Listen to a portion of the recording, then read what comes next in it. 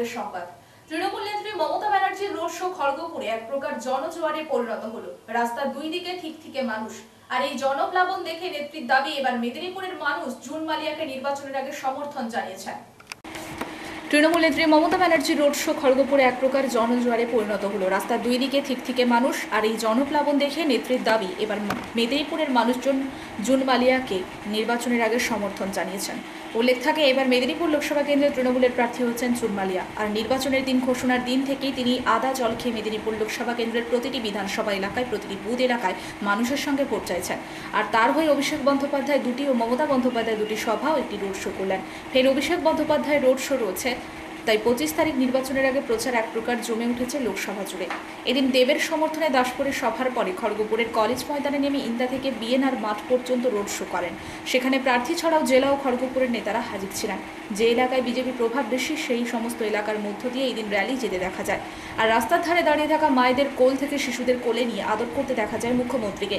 এদিন ঘাটালের দাসপুরের সভা থেকে কেন্দ্রীয় সরকারের তীব্র সমালোচনা করেন নেত্রী। প্রতিটি সভায় ছিল মহিলাদের ভিড়। বিশেষ করে দাসপুরের আগে ঝাড়গ্রামের গজাশিমুল মাঠে সভা করেন নেত্রী।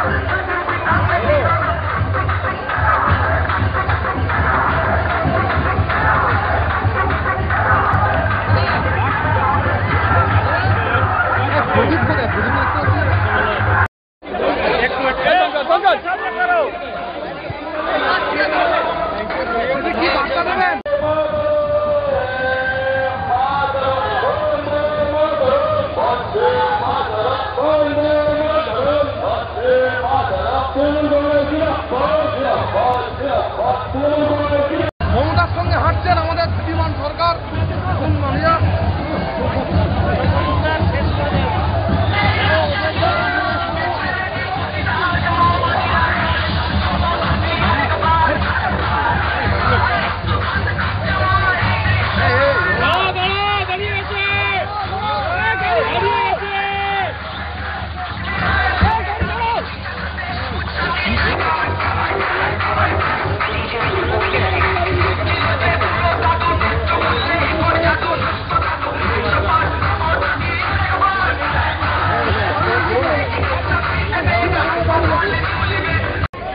বাংলার সামনে চলে আসুন, ওখানে আপনার আমাদের গাড়িগুলো ওখানে আসুন।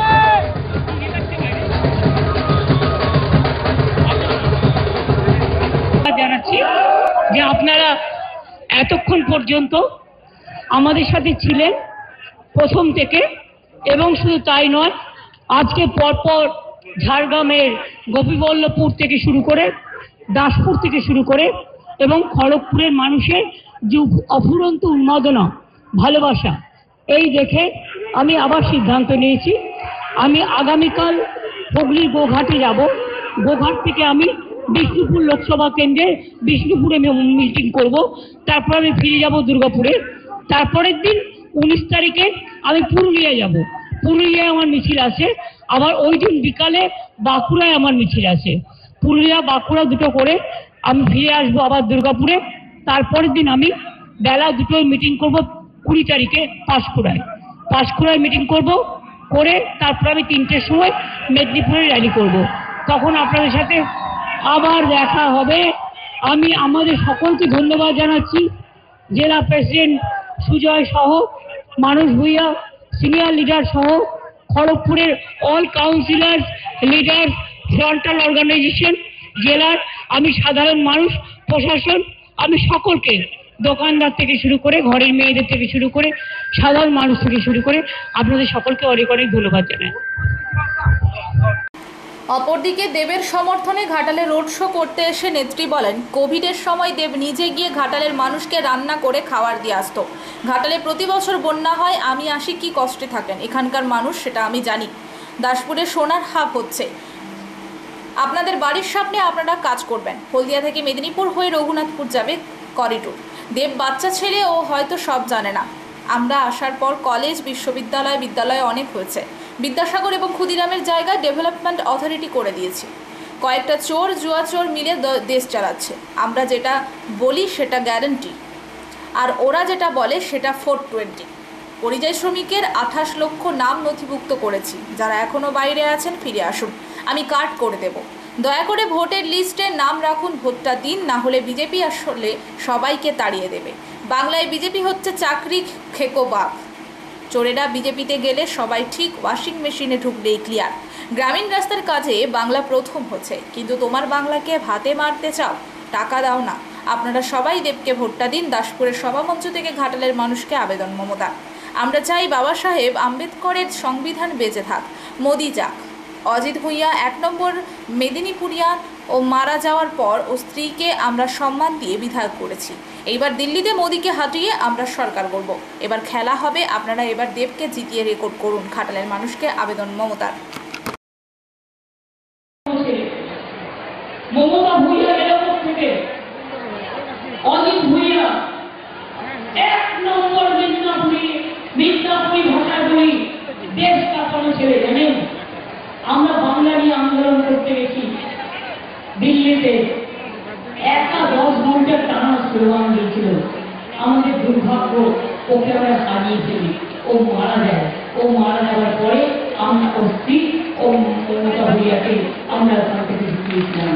তাদের অজিত ভূঁইয়াকে আমি আজকে দাসপুরের কাছে আসবো, আস্মরণ করবো না, এটা কখনো হতে পারে না। আমি সবাইকে মনে রাখি, আপনারা সবাই ভালো থাকুন, সুস্থ থাকুন, তাহলেই আমার জয় হবে। আরামবাগ লোকসভা কেন্দ্রে তৃণমূল প্রার্থী মিতালি বাগের সমর্থনে শুক্রবার রোড শো করল তৃণমূল কংগ্রেস। আরামবাগ লোকসভা কেন্দ্রে তৃণমূল প্রার্থী মিতালি বাগের সমর্থনে শুক্রবার ক্ষীরপাই রোড শো করল তৃণমূল কংগ্রেস। শুক্রবার বিকেলে 4টা নাগাদ রোড শো শুরু হয় চন্দ্রকোনা ক্ষীরপাই দা মিতালি বাগের সমর্থনে এখানে উপস্থিত ছিলেন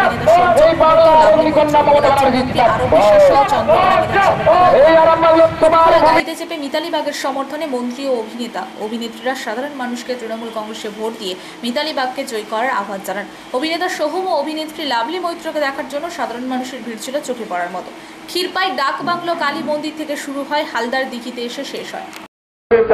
আপনাদের আশীর্বাদ, আপনাদের সমর্থন চাই। মিতালির সমর্থনে আজকে এখানে কে রয়েছেন? আমরা বাংলার হিরো, কি নাম?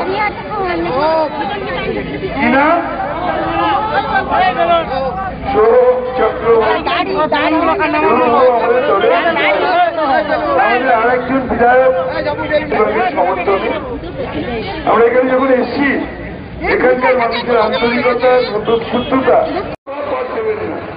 এই দেশের সরকার এবং প্রধানমন্ত্রী কোনো কাজ নেই। আজকে এসে বলুন না, 10 বছর ক্ষমতায় ছিলাম, এই কাজ করেছি, ক্ষমতা বলেছি এই করেছি, আমি এই করেছি। মানুষ গঠিত, ওনার মুখে শুধু কি আছে?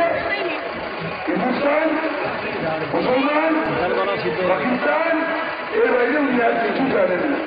আর এই বাংলায় তো আমরা হিন্দু মুসলমান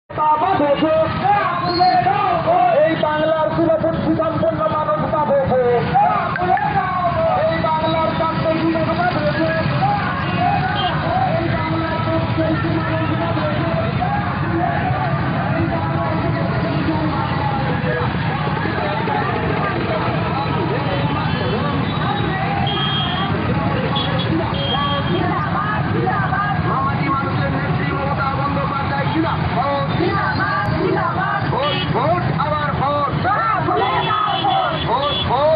এবার নারায়ণগড় বিধানসভা এলাকায় প্রায় অর্ধেক বুথে বিরোধীরা তাদের পোলিং এজেন্ট দিতে পারবে না। বিজেপির একটি অংশ এবার নির্বাচন থেকে সরে দাঁড়ানোয় এই সমস্যা বলে জানা গেছে।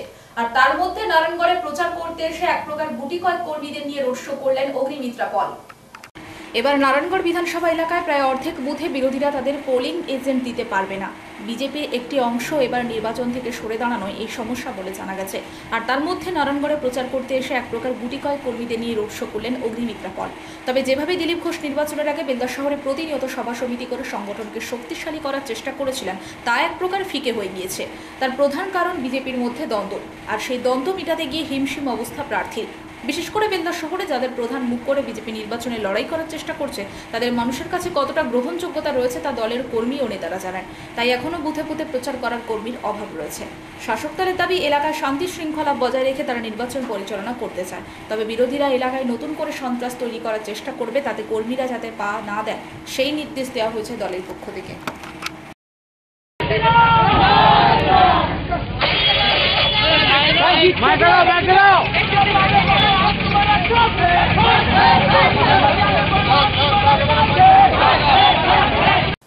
টানা প্রায় 1.5 মাস নির্বাচনী প্রচারে রয়েছে তিনি। ছুটে যাচ্ছেন একের পর এক জেলায়, পরনে সেই চেনা সাজ তৃণমূল সুপ্রিমো মমতা বন্দ্যোপাধ্যায়। নীল বা সবুজ পাড়ের সাদা শাড়ি, পায়ে হাওয়ায় চটি, এই চেনা বেশেই আপামর জনগণ দেখে এসেছেন তাকে। শুক্রবার ঝাড়গ্রামের জনসভাতেও তার অন্যথা হয়নি। তবে মঞ্চে উঠে বক্তৃতা দিতে গিয়ে বিপত্তি। টানা প্রায় 1.5 মাস নির্বাচনী প্রচারে রয়েছে তিনি। ছুটে যাচ্ছেন একের পর এক জেলায়, পরনে সেই চেনা সাজ তৃণমূল সুপ্রিমো মমতা বন্দ্যোপাধ্যায়। নীল বা সবুজ পাড়ের সাদা শাড়ি, পায়ে হাওয়ায় চটি, এই চেনা বেশেই আপামর জনগণ দেখে এসেছেন তাকে। শুক্রবার ঝাড়গ্রামের জনসভাতেও তার অন্যথা হয়নি। তবে মঞ্চে উঠে বক্তৃতা দিতে গিয়ে বিপত্তি। হঠাৎ তার হাওয়ায় চটি ছিঁড়ে যায়। সভার মাঝেই নিজেই চটিতে সেফটি পিন লাগিয়ে ফের সভা চালিয়ে যান মমতা। শুক্রবার দুপুরে ঝাড়গ্রাম জেলার গোপীবল্লভপুর বিধানসভার অন্তর্গত গজাশিমুলে জনসভা করেন মুখ্যমন্ত্রী। ঝাড়গ্রাম লোকসভা কেন্দ্রে তৃণমূল কংগ্রেসের প্রার্থী কালীপদ সরেনের সমর্থনে জনসভা করেন তিনি। সেখানেই সভার মাঝে হাওয়ায় চটি ছিঁড়ে যায় মুখ্যমন্ত্রী মমতা বন্দ্যোপাধ্যায়। নিজেই সেফটি পিন দিয়ে সেলাই করলেন জুতো।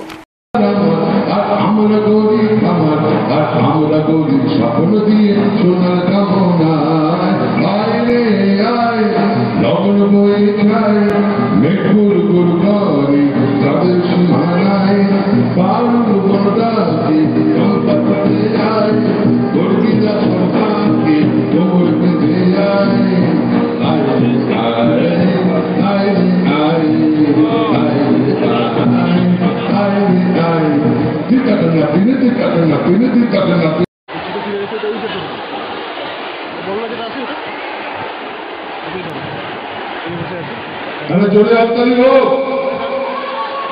হ্যাঁ, করে করে চলো। 1 2 1 2 3 4 ঠিক টান টান, ঠিক টান টান, ঠিক টান, ঠিক টান, ঠিক টান টান, ঠিক টান টান, ঠিক টান টান, ঠিক টান, ঠিক টান, ঠিক টান টান। আগে চাপা, আগে চাপা, এই ভাটা রাগ করলি, আগে চাপা, আগে চাপা, এই ভাটা রাগ করলি। ঠিক টাকা চাকরি, ঠিক টাকা চাকরি, ঠিক টাকা চাকরি, ঠিক টাকা চা, ঠিক টাকা না পেলে, ঠিক টাকা না পেলে, ঠিক টাকা না পেলে, এই যে তোমার আমার আর আমার। শুক্রবার ঝাড়গ্রাম লোকসভা কেন্দ্রে তৃণমূল কংগ্রেসের প্রার্থী কালীপদ সরেনের সমর্থনে গোপীবল্লভপুর বিধানসভার অন্তর্গত ঝাড়গ্রাম ব্লকের গজাশিমুল মাঠে তৃণমূল কংগ্রেসের পক্ষ থেকে নির্বাচনী জনসভার আয়োজন করা হয়। ওই নির্বাচনী জনসভায় প্রধান বক্তা হিসেবে উপস্থিত ছিলেন রাজ্যের মুখ্যমন্ত্রী মমতা বন্দ্যোপাধ্যায়। শুক্রবার ঝাড়গ্রাম লোকসভা কেন্দ্রে তৃণমূল কংগ্রেসের প্রার্থী কালীপদ সরেনের সমর্থনে গোপীবল্লভপুর বিধানসভার অন্তর্গত ঝাড়গ্রাম ব্লকের গজাশিমুল মাঠে তৃণমূল কংগ্রেসের পক্ষ থেকে নির্বাচনী জনসভার আয়োজন করা হয়। ওই নির্বাচনী জনসভায় প্রধান বক্তা হিসেবে উপস্থিত ছিলেন রাজ্যের মুখ্যমন্ত্রী মমতা বন্দ্যোপাধ্যায়। এছাড়াও উপস্থিত ছিলেন রাজ্যের মন্ত্রী ডক্টর মানস রঞ্জন ভূঁইয়া, বীরবাহা হাঁসদা, শ্রীকান্ত মাহাতো, ইন্দ্রনীল সেন, প্রার্থী কালীপদ সরেন, বিধায়ক দুলাল মুর্মু, দেবনাথ হাঁসদা, ডক্টর খগেন্দ্রনাথ মাহাতো, প্রাক্তন সাংসদ ডক্টর উমা সরেন, তৃণমূল কংগ্রেসের মেদিনীপুর সাংগঠনিক জেলা সভাপতি সুজয় হাজরা সহ আরও অনেকে। এই জনসভায় রাজ্যের মুখ্যমন্ত্রী মমতা বন্দ্যোপাধ্যায় তার ভাষণে বলেন, সিএএতে নাম নথিভুক্ত করলে ভোটের পর জেলে ভরে দেবে। তিনি বলেন, সবচেয়ে বড় চোর বিজেপি, মিথ্যা প্রতিশ্রুতি দেয় আর বিভিন্ন সংবাদপত্রে ছবি দিয়ে মিথ্যা বিজ্ঞাপন দেয়। সিএএকে বিশ্বাস করবেন না, কেউ নাম নথিভুক্ত করবেন না। যদি কেউ নাম নথিভুক্ত করে থাকেন, ওরা ভোটের পর জেলে ভরে দেবে। সব থেকে বড় মিথ্যাবাদী মোদীকে বিশ্বাস করবেন না, জঙ্গলমহলে আসবে আবার মিথ্যা প্রতিশ্রুতি দিবে। তাই মোদীর কথায় কেউ শুনবেন না এবং বিশ্বাস করবেন না। তিনি বলেন, আদিবাসীদের সারি ও সারনা ধর্মের স্বীকৃতির জন্য কেন্দ্রের কাছে আবেদন করা হচ্ছে, কিন্তু কেন্দ্র সরকার এখনও সারি ও সারনা ধর্মের স্বীকৃতি দেয়নি। আদিবাসীদের জমি হস্তান্তর করা যাবে না, রাজ্য সরকার আইন পাশ করে করিয়ে দিয়েছে বিধানসভায়। জঙ্গলমহলে সিপিএমের যে হারমাতগুলি চলতো, মানুষ খুন করতো, সন্ত্রাস করতো, তারা এখন বিজেপির হারমাত হয়েছে। তাদের বিশ্বাস করবেন না, এলাকায় ঢুকতে দেবেন না, তাদের ফিরিয়ে আনবেন না। শান্ত জঙ্গলমহলকে ফের অশান্ত করে তোলার চক্রান্ত করা হচ্ছে। আপনারা শান্ত জঙ্গলমহলকে অশান্ত করতে দেবেন না। 2008 সালের কথা বলছি আমি। বডিগুলো নিয়ে আমরা তাদের গ্রামে গেলাম। এই থেকে আমার জঙ্গলমহলে আসা। যখন ভয় লালগড়ে কেউ যেত না, ওই পিড়া কাটার জঙ্গল পেরিয়ে আমি কিন্তু দিনের পর দিন গিয়েছি।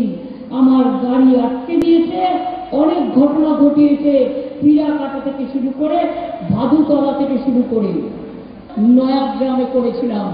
এবং সেদিনই আমি ঘোষণা করেছিলাম যে আমরা এখানে যারা বেকার যুবক, হোমগার্ডে চাকরি দেব, তোমরা দেশের জন্য অস্ত্র ধরবে, তোমরা মানুষ খুন করবার জন্য নয়। অনেকে স্যারেন্ডার করে, তাদের হোমগার্ডে চাকরি দেওয়া হয়। জঙ্গল কন্যা সেতু চাই, তাহলে আমাদের অনেকটা, তাছাড়া তো লালগড়ের সেতু করে দিই। আমি বললাম জঙ্গলমহলের নামে ওটা জঙ্গলমহল সেতু হবে। বললো দিদি আমরা নতুন জেলা চাই। 2017 সালে এপ্রিল মাসে আমরা নতুন জেলা করে দিলাম। বললো দিদি আমরা মেডিকেল কলেজ চাই, মেডিকেল কলেজ করে দেওয়া হবে। দিদি আমরা বিশ্ববিদ্যালয় চাই, বিশ্ববিদ্যালয় করে দেওয়া হবে। দিদি আমরা কলেজ চাই। এখানে আর্চারি একাডেমি থেকে ট্রাইবেল ছেলে মেয়েরা আজকে সারা পৃথিবীতে গিয়ে নাম করছে, এবং আমি চাই ওরা সারা পৃথিবীতে গিয়ে আরো নাম করুক। মনে রাখবেন, এখানকার ছেলে মেয়েদের ট্রেন্ড করলে আজকে আমি এই জন্য খুশি গর্বিত। আগে কি ছিল পড়াশোনার রেট জঙ্গলমহলে, আর আজকে আপনাদের ঘরের ছেলে মেয়েরা ডাক্তার হচ্ছে, ইঞ্জিনিয়ার হচ্ছে, প্রফেসর হচ্ছে, বড় আইএস অফিসার হচ্ছে, WBCS হচ্ছে, IPS হচ্ছে, কত বড় বড় পদে চাকরি করছে। এটা আমার গর্ব। আগে সাঁওতালি ল্যাঙ্গুয়েজ অল চিকি স্ক্রিপ্টকে গুরুত্ব দিই, এবং অল চিকি এখন আপনি MA ক্লাসও পড়তে পারবেন, তাই তো? ইউনিভার্সিটিতেও চালু হয়ে গেছে। অনেক সাঁওতালি স্কুল প্যারা টিচারদের দিয়ে চালানো হয়েছে। সেই জন্য বলছিলাম অনেক হয়েছে। এই যে আমি রাস্তা দিয়ে আসছিলাম, কিছু মানুষ এসে দাঁড়ালেন, দাঁড়িয়ে বললেন দিদি আমরা না ডোমপাড়ায় থাকি। আমি বললাম আপনাদের কি চাই? বললো দিদি আমাদের না কেউ কোনো সার্টিফিকেট দেয় না, আমরা কি যে আমরা কিছু বুঝতেই পারি না। আমি বললাম তাই? আমি তার পরের দিন অফিসারদের পাঠিয়ে ওদের সার্টিফিকেট করে দিয়েছিলাম, রেশন কার্ড করে দিয়েছিলাম। হয়তো আপনাদের এই কথা মনে নেই অনেকে, কিন্তু আমার এই কথাগুলো খুব ভালো মনে আছে। যাক, এটা তো বাংলার ইলেকশন নয়, আমি বাংলা নিয়ে কথা বলতে আসিনি। বাংলা নিয়ে বলতে গেলে আমার একটা রামায়ণ, একটা মহাভারত, একটা কোরআন, একটা বাইবেলে আমার সব সম্পর্ক শেষ হয়ে যাবে না। আমার বলতে গেলে শুরু দিন থেকে রাত কখন পেরিয়ে যাবে তার ঠিক নেই, কিন্তু চলবে। নদীর স্রোত যেমন বয়ে যায়, তেমনি আমার গত বড় দলের উপাসনা আমাদের MP ছিল একবার, তারপরের বার আগেরবার বিজেপি MP হলো। পুরো মিথ্যে কথার উপর ভরসা করে প্রধানমন্ত্রী এসে একটা ভাষণ দিয়ে দিল, আর ঝাড়গ্রামের মানুষ ভাবলেন আহারে একবার প্রধানমন্ত্রী এসে ভোট দিয়ে দিই। তারপরে কিছু করেছে? যিনি জিতেছিলেন তিনি কিছু করেছেন? তাকে কবর দেখেছেন? তাকে কবর দেখেছেন? বাংলা বুঝতে পারেন না আপনারা? এমন দুটো বই আছে, আমার লেকচার ভাষাতেও বই আছে। আজকে মোদী বাবুর ইলেকশন, আবার ভোট চাইতে এসছে। দাঁড় করিয়েছে কাকে? আরেকজন ডাক্তার। ডাক্তার তো মশলা ছিল, তো ডাক্তার থেকে তিনি কেন ডাক্তারিটা না করে তিনি স্টাডি লিভে চলে গিয়েছিলেন? আশ্চর্যের বিষয়, ডাক্তার হবে প্রথমে, তারপরে ছুটিতে চলে যাবে। তাহলে লোকাল লোক সার্ভিসটা কোথায় পায়? পায় না। আমি শুনলাম কোর্টে গিয়ে কেস করছে। কেন? তো আমরা বলেছিলাম তুমি যদি ভোটে দাঁড়াও তো তুমি এলাকায় ডাক্তার নেই, ডাক্তারের কাজটা করবে না কেন? তোমাকে তো এটা দেখে চাকরিতে দেওয়া হয়েছিল যে তুমি ডাক্তারিটা করবে।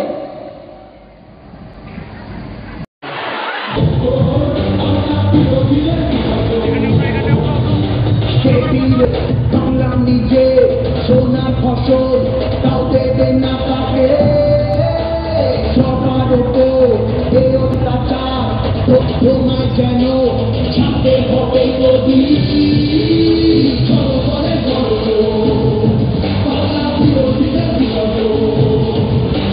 হবে না এই আমাদের লড়াই। বাংলা দিয়ে বাংলা দিয়ে বাংলা দিয়ে ভালো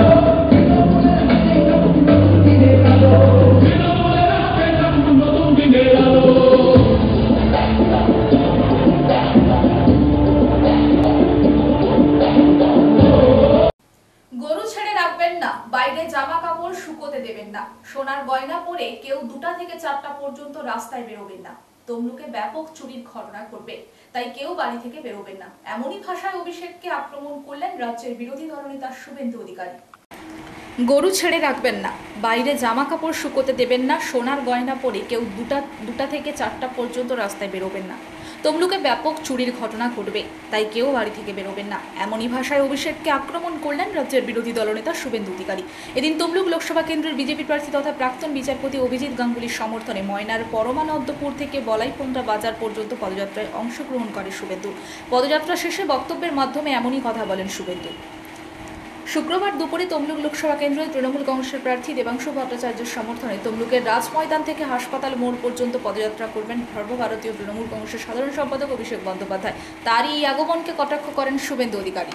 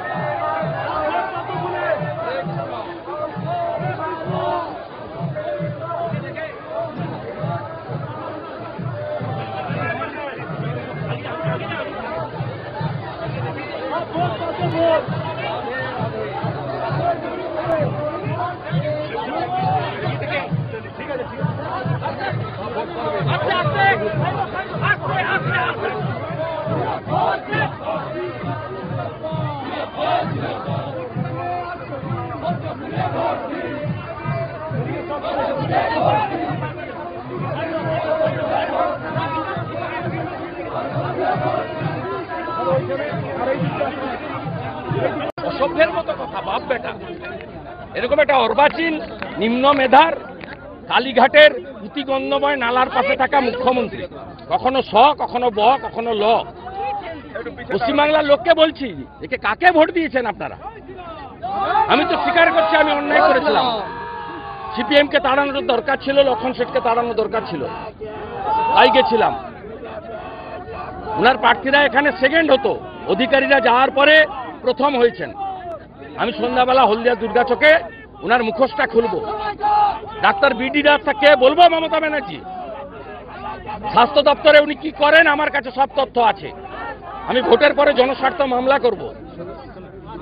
আপনার বাড়ির সিসিটিভি ফুটেজকে আমি বলবো হাই তদন্তকারী সংস্থাকে দিয়ে সার্চ করতে, আর নারায়ণ স্বরূপ নিগমকে কোর্টে ডেকে জিজ্ঞেস করতে ডাক্তার বিডি দাসটাকে।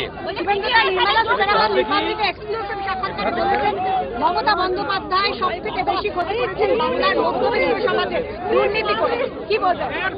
বেকার যুবক যুবতী, কৃষক, শ্রমিক সকলের ধ্বংস করেছে। ধ্বংস করেছেন মানুষ। 55 লক্ষ পরিযায়ী শ্রমিক, 2 কোটি বেকার, দায়ী মমতা ব্যানার্জি। চাকরি নেই, শিল্প নেই, কৃষক ধানের মূল্য পান না। 100 দিনের কাজ নিয়ে এত কথা বলা হয় কিন্তু বিল দেওয়া হয় না। নির্মলা সীতারামন বলছেন বিল না দিলে কেন দেব টাকা? 1,32,00,000 ভুয়া জব কার্ড, সরাসরি 20,000 কোটি টাকা চুরি করেছে তৃণমূলের পঞ্চায়েতরা, এক শ্রেণীর নির্মাণ সহায়ক, বিডিওরা, ভাইপো সহ।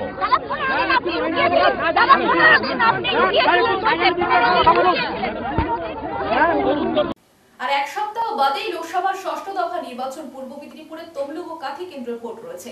সেই আবহে 2021 বিধানসভা নির্বাচনে পরবর্তী হিংসা মামলার তদন্তে গতি বাড়ালো কেন্দ্রীয় তদন্তকারী সংস্থা সিবিআই। শুক্রবার বিশাল কেন্দ্রীয় বাহিনী নিয়ে কাঁথির মালিস্তা থানা এলাকার তৃণমূল নেতা বুদ্ধদেব মাইতির বাড়িতে তল্লাশি অভিযানে যান সিবিআই আধিকারিকরা। আর এক সপ্তাহ বাদেই লোকসভার 6ষ্ঠ দফা নির্বাচনে পূর্ব মেদিনীপুরের তমলুক ও কাঁথি কেন্দ্রে ভোট রয়েছে। সেই আবহেই 2021 বিধানসভা নির্বাচন পরবর্তী হিংসা মামলার তদন্তে গতি বাড়ালো কেন্দ্রীয় তদন্তকারী সংস্থা সিবিআই। শুক্রবার বিশাল কেন্দ্রীয় বাহিনী নিয়ে কাঁথির মারিস্তা থানা এলাকার তৃণমূল নেতা বুদ্ধদেব মাইতির বাড়িতে তল্লাশি অভিযানে যান সিবিআই আধিকারিকরা। ভোট পরবর্তী হিংসার বলি চাঁদু ওরফে জন্মেঞ্জয় দোলই খুনের তদন্তে সিবিআই এর এই অভিযান বলে খবর। শুক্রবার সকাল 6:30 নাগাদ সিবিআই এর দলটি মারিস্তার ভাজা চাউলির সিজুয়া গ্রামে হাজির হয়। রাস্তায় গাড়ি রেখে গ্রামের পথে বিপুল বাহিনী নিয়ে সিবিআই এর এই অভিযান ঘিরে সাত সকালেই এলাকায় ব্যাপক চাঞ্চল্য ছড়িয়ে পড়ে। কোনো রকম অপ্রীতিকর ঘটনা এড়াতে কেন্দ্রীয় বাহিনীর জওয়ানরা গোটা এলাকা ঘিরে রাখে। এরপর সিবিআই এর আধিকারিকরা বুদ্ধদেবের বাড়িতে যান, তবে সেখানে তাকে পাওয়া যায়নি বলেই প্রাথমিক খবর জানা গেছে। বুদ্ধদেব বর্তমানে কর্মসূত্রে হাওড়ায় রয়েছেন বলে খবর। তাকে না পেলেও বুদ্ধদেবের বাবা নন্দমাইদি তার স্ত্রী সহ পরিবারের সদস্যদের বেশ কিছু সময় ধরে জিজ্ঞাসাবাদ করেন। তাদের ভোটার কার্ড, আধার কার্ড সহ অন্যান্য তথ্য সংগ্রহ করেছে কেন্দ্রীয় তদন্তকারী সংস্থার আধিকারিকরা। এছাড়াও মারিস্তায় তৃণমূল নেতা দেবব্রত পণ্ডার বাড়িতেও সিবিআই অভিযান চালিয়েছে বলে জানা গেছে। তবে দেবব্রতকে না পেয়ে তার মেয়ের সঙ্গে কথা বলেন তদন্তকারীরা। প্রায় 2 ঘন্টা ধরে ওই জায়গায় কাটিয়ে সিবিআই এ ফিরে যায়। সিবিআই এর এই অভিযানের খবরে এলাকার বাসিন্দারা রাস্তায় বেরিয়ে আসেন। রাজনৈতিকভাবে অশান্ত ও এলাকাগুলিতে সামনে নির্বাচনে নতুন করে পরিস্থিতি কোনো দিক গড়াবে সেই নিয়েই চর্চা শুরু হয়েছে এলাকায়।